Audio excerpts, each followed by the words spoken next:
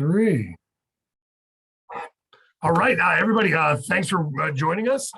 For those that don't know me, I'm Cory King. I'm the Executive Director of the Southern Midcoast Maine Chamber. And I'm here with my friend, Jim Cohen. And Jim, could you just introduce yourself? Sure, Cory, great to be with you and the Chamber here today. My name's Jim Cohen.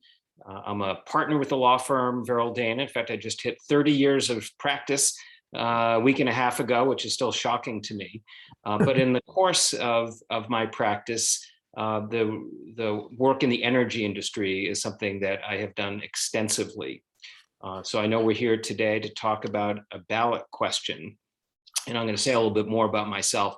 Also, by way of background, I'm a former city councilor in Portland, former mayor of Portland, former president of Portland Trails, and otherwise a longtime resident of the city of Portland, where I still live.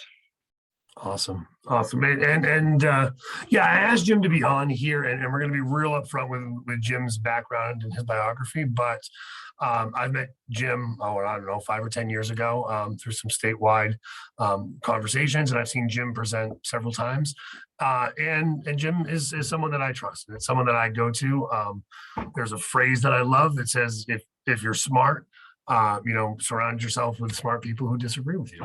And if you're dumb, surround yourself with smart people. And whichever you think I am, Jim is a great person to have as a foil on certain things and as a partner on others. But you've always given me straight answers, and then you've helped break down complicated issues. And so I'm seeing so many people in our chamber, seeing so many people struggling with question one, that I just kind of wanted to get your opinion. And so you and I had a conversation, and I just asked you, hey, do you mind recording the exact same conversation we just had? Because I think it might be of value to our members. So with that, Jim, why don't you give me a little, let everyone know your background a little bit so we can be as forthcoming and transparent as possible. Absolutely. And just, I'm sure everyone knows this. Question one is on the statewide ballot.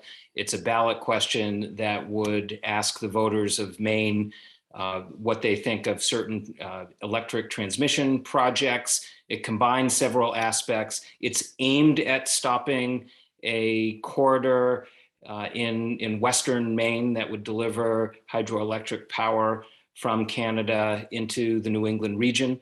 That's what the question's about. I'm not going to get into the details of the wording and what it means. But to your point about my background, I do want to be transparent about my background.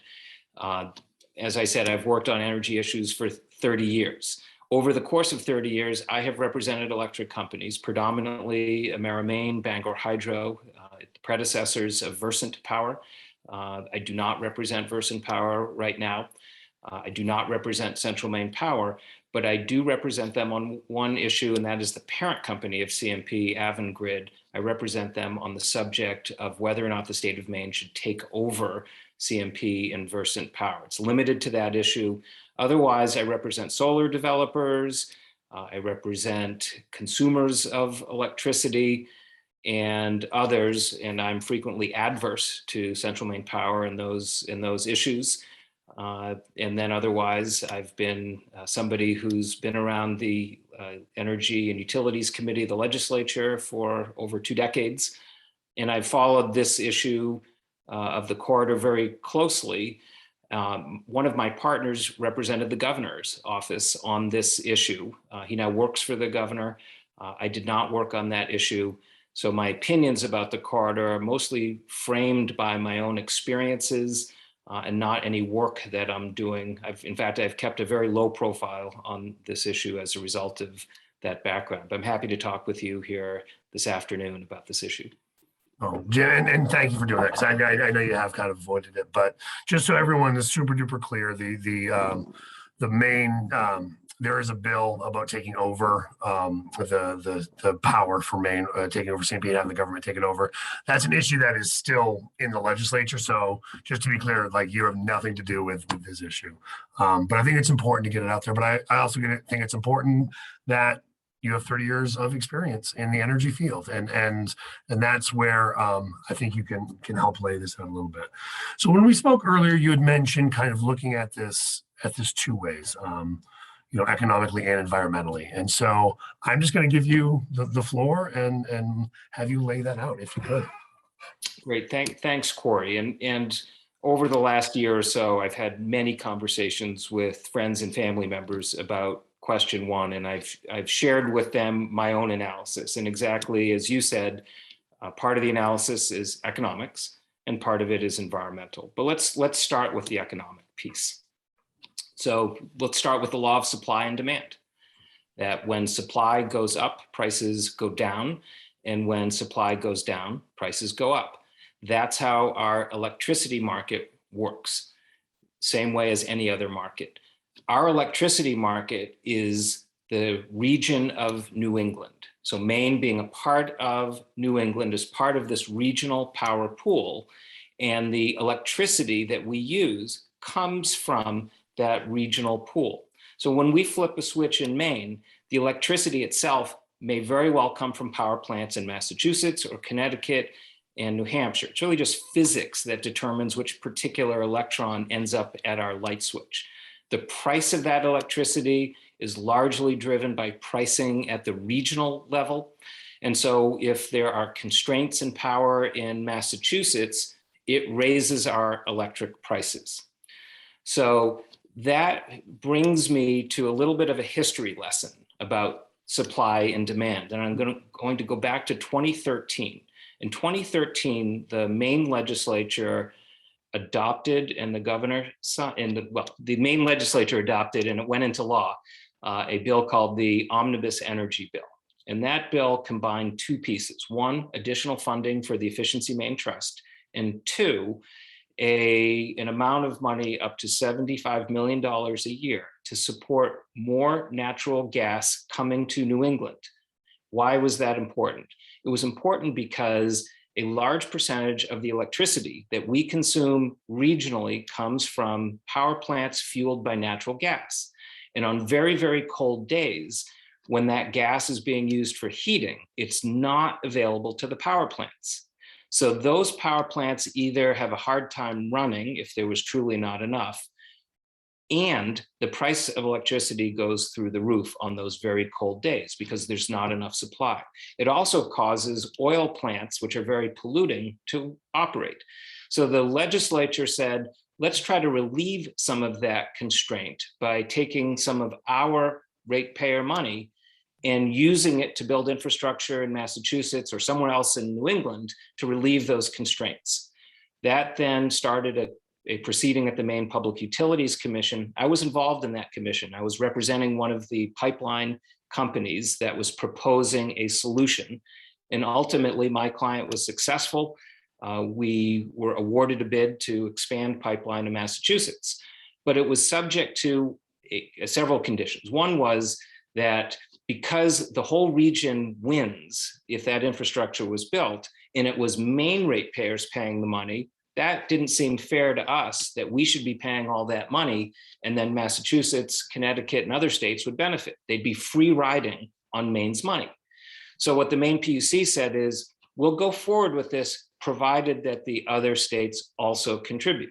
Well, it turns out all the other states said, yeah, we'll contribute. However, one state did not, and that was Massachusetts. Massachusetts decided that they didn't want to solve our energy problem with more natural gas. They had a different solution. And we'll get to that in a moment because that's the subject of question one. So that was a key piece. Second thing that occurred in that PUC proceeding is that, again, back to the law of supply and demand. That gas is really valuable if it can make the electric prices go down on those really cold days. However, the PUC also had an independent consultant which looked at what would be the effect of a 1,000 megawatt power line built from Canada into New England. And if that power was available, would the price of gas and the price of electricity similarly go down? And what they found was, if you build that line, the value of the gas goes down because it has a price reduction effect for all consumers in New England, including Maine. Now, let's fast forward to today. The state of Massachusetts decided our solution is going to be go out to bid, make a proposal to us on how we can have renewable energy delivered to us and the amount of 1,000 or more megawatts. And just by way of comparison, the old Maine Yankee was about 800 megawatts. So this is more than that for perspective. So there were proposals from a large number of developers. I represented some of those developers. They were unsuccessful in that process. The winning bid happened to be in New Hampshire, but that proposal turned out not to be able to get its permits. So the next proposal that came forward that was accepted by Massachusetts was the CMP proposal. And that's what is before us. So it's the state of Massachusetts.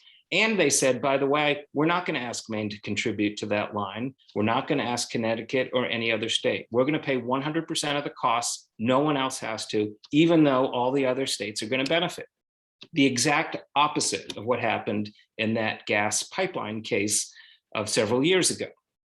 So that's the first thing to understand is you build that power line, it puts more electrons into our grid, reduces the price of electricity for all of us, including Maine. It doesn't stop there's no such thing as a power line to Massachusetts that ends there. It goes to the region. It's sort of like drops of water into a bucket. The drops don't just raise the level of the bucket where the drops fall, it raises the whole level of the bucket. Second thing, we negotiated an economic benefits package, and the governor was part of that, the public advocate, various other groups were part of that overall compromise of hundreds of millions of dollars, and that's a benefit unique to Maine. The third thing to be aware of is tax benefits. CMP and Versant Power are the two largest property taxpayers in Maine because poles and wires are valuable, and in the cities and towns where they exist, those are large tax revenues for those communities. So this is a power line that will exist within Maine communities. The value of that property will be taxable by those communities. So that's a set of revenues. And then the economic revenues that come from the power line that are deemed to be in Maine will be taxable from an income tax perspective. So three streams of revenues for Maine: lower electric prices, benefits package, and tax revenues. And we don't pay a dime for that line because Massachusetts is paying all of the costs. So that's the economic argument. Now, interestingly, who's opposed to the plan? Well, from campaign finance disclosures, I've seen that the people who run those gas-fired power plants and those oil-fired power plants, those are the ones who benefit from a constraint in power, that they can charge more money when there's not enough power being produced for all of us to use. So if we build this line and relieve some of that constraint, they're not able to charge as much for electricity. So that's a key reason why groups like that would oppose having this line built. That's the economics. Let's talk environment. That's the other major argument. So this line is a corridor, largely on existing forested land, and will be built as a single monopole line. So think of the power poles outside of your house that are a single pole. These are obviously taller, but they are a single pole. So it's not like those lines that might come out of Mason Station, the former Mason Station, or Maine Yankee that kind of sprawls across. Think of it as the width of a good sized street with a large, over 90-foot tall single pole line. That's what and then that would consume over 950 acres over the course of, I believe, 50 or so miles. So that's the amount of land consumed. That's roughly what it looks like. Now, at 1,100 megawatts, what would we have to consume for land if we didn't build the line and wanted to get the power from other sources? So where does that power come from? It's going to come from wind farms, it's going to come from solar farms. And as I said, I work with a number of those entities. They're very important for the state of Maine, but they have different profiles for how they produce power. So solar energy produces power when the sun is shining, which is half the time. And then there are some days where it's cloudy or there's snow and they're not able to produce power. So on average, it's somewhere about a third of the time they're producing power. Wind produces power when the wind is blowing, and roughly similar but slightly higher capacity, meaning that higher than 40% in some cases of the time it's producing power. So it's not 24/7, 365. So in order to have 1,100 megawatts of solar or wind, you'd need more than 1,100 megawatts of either solar or wind. If it was all solar, I think a good comparison, there's a solar farm in Farmington that is 70 megawatts and 500 acres. Now, it's not going to produce 70 megawatts all the time. It's going to produce less than that. Let's say it produces under 30 megawatts on average over the course of the year. So how does that compare to 1,100 megawatts? Dozens of those farms would probably be needed. So if that's 500 acres for one of those farms, think of multiplying that acreage now times dozens of times. You're now far in excess of the 950 acres of land being devoted to this single corridor. So I guess I'll stop you there because I think that's a really interesting point. So even if this 70 megawatt solar farm was producing at 100%, even if you took 10 of them, that would only get you up to 700 megawatts, and you're looking at 10 times 500 acres. So, you're talking 5,000 acres if it was producing at 100%, but it's not because the sun doesn't shine at night. There's days that it's cloudy. So I think it's a really interesting point. Yeah, and I want to be clear. I mean, one could drill into these numbers and come up with much more exacting measurements. So I think it's important for your members, for your audience, to think of it more as a matter of principle, that there will be larger numbers of acres devoted to site certain kinds of renewable facilities. And we should do those things. Yeah. It's sort of all of the above. As we electrify Maine, we have more electric vehicles, we get our heating more from electricity. We're going to need as much electric production as we can. Mm-hmm. But the question is, should we exclude from the mix this particular source of electricity that runs 24/7? And if we did it based on environmental grounds, it's important to just compare what are we really talking about here. Yep. That's great. That's the environmental side. That's exactly. I mean, the focus has really been around how much land is being impacted. There are a number of other legal issues that have arisen. There are lots of different ways to look at those issues. Those are sort of the highlights of the way I view the project, which I hope is helpful just to help people frame how to evaluate. People may reach different conclusions, and this is how I've reached my conclusion about the project. Others may reach different conclusions. Yeah, one of the things I was talking to a friend about is, I have a friend who's a very strict environmentalist and says, I don't think we should cut down a single tree for an infrastructure project. And it's like, well, if that's how you feel, then obviously this infrastructure project isn't for you, and I kind of explained my side of, I'm kind of trying to weigh the two sides, which I think is what a lot of people are doing. Jim, I know I just got you for a couple more minutes. The retroactivity piece that we keep hearing about, can you explain kind of what that is? Because I've personally heard 2 or 3 different things, and I kind of want to get it clear in my head. Sure. There's a policy aspect to the retroactivity argument, and there's a legal aspect to the retroactivity argument. So let's start with the actual ballot question. What it seeks to do is to take a project that has gone through a permitting process on many layers of government.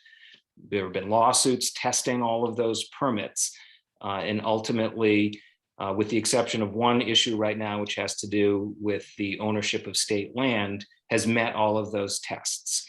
But the project has moved forward under the laws as they are today. Notwithstanding that, this ballot question would say the project should not go forward. So the argument is that this would be a law that would stop something that has already started, the very essence of retroactivity. Now, we may view that policy as being good or bad. The argument against it is if it happens to this project, then it could happen to some other project that one or more groups don't like. And maybe we think that's a good thing. Maybe we think that's a bad thing, but we at least should understand that that is what this law would do. It would take something that has started and then stop it. Now, there is a legal aspect as well. The Maine law court in the late 80s, in a case involving Fisherman's Wharf in Portland, looked at whether or not a project that was proposed under one set of rules could be stopped based upon a citizen initiative in Portland, the Waterfront Initiative, the Working Waterfront Initiative, or whether that initiative, because it was voted on after the fact, could not apply because of retroactivity. In that case, the law court said it's legal after the fact as long as the law says it intends to be retroactive. However, there's another doctrine at play called vested rights. And that is if a developer starts a project reasonably expecting that the law will be what it is and expends a certain amount of time, energy, money in that project, and then afterwards the government changes the law, can it really stop that project? That is a fact-specific matter that a court would have to decide. So it's possible that if this ballot question passes, those kinds of arguments might arise. Is the law appropriately retroactive? Did vested rights attach? And those are uncertainties about how this ballot initiative would play out. So just so I have it, and I'm trying to make this clear for everybody too, what the retroactive argument is all about is there were certain benchmarks that we said you had to meet, and you met them throughout the process and never got met. So to use a different example, if there is a giant solar farm that gets approved and gets built and then goes through the whole PUC processing permitting process to get all of their solar farm permits, and then a citizens initiative says I hate solar farms, they're the devil, then they could, that would be retroactive, is going back and taking away all of that from the solar farm after it was built. That's kind of what the argument is. Yeah. Right, that's the nature of the argument, and there are any number of projects that we're familiar with in Maine where there have been various forms of opposition, whether justified or not, and any one of those, if the law changed after the fact, after those projects had invested a certain amount of money, at some point it becomes unfair, and courts won't apply it to those projects. So, but that's exactly the kinds of ways in which laws like that could apply. Sure. Just one last question, and maybe you have this or maybe you don't. I know you've dealt with the PUC on a bunch of issues previously. Can you give people a sense of what this regulatory process is? I mean, it's not just one hearing. It's not just one. I mean, there's oversight that is in this with experts. Can you just kind of tell us a little bit about that process? I can, but only at a very high level. As I said, Sure. I wasn't involved in any of these permits or really anything to do with the specifics of the project. But from what I've read, there's a process at the Public Utilities Commission to get a certificate of public convenience and necessity. It's largely an economic process, but it includes aesthetics, it includes environmental considerations. There's DEP permitting that needs to happen. That's largely aimed at environmental issues, obviously. There are federal permits from the Army Corps of Engineers. There's a presidential permit because the energy passes cross-border that comes from the Department of Energy. Those are some of the permits, and I'm pretty confident there are a number of others that I'm missing. Many of those permitting processes took a year or more, well over a year or more, to go through initial rounds. I read about lawsuits on several of those that ultimately went up the ranks of the court system that have mostly played out and upheld all of those permits.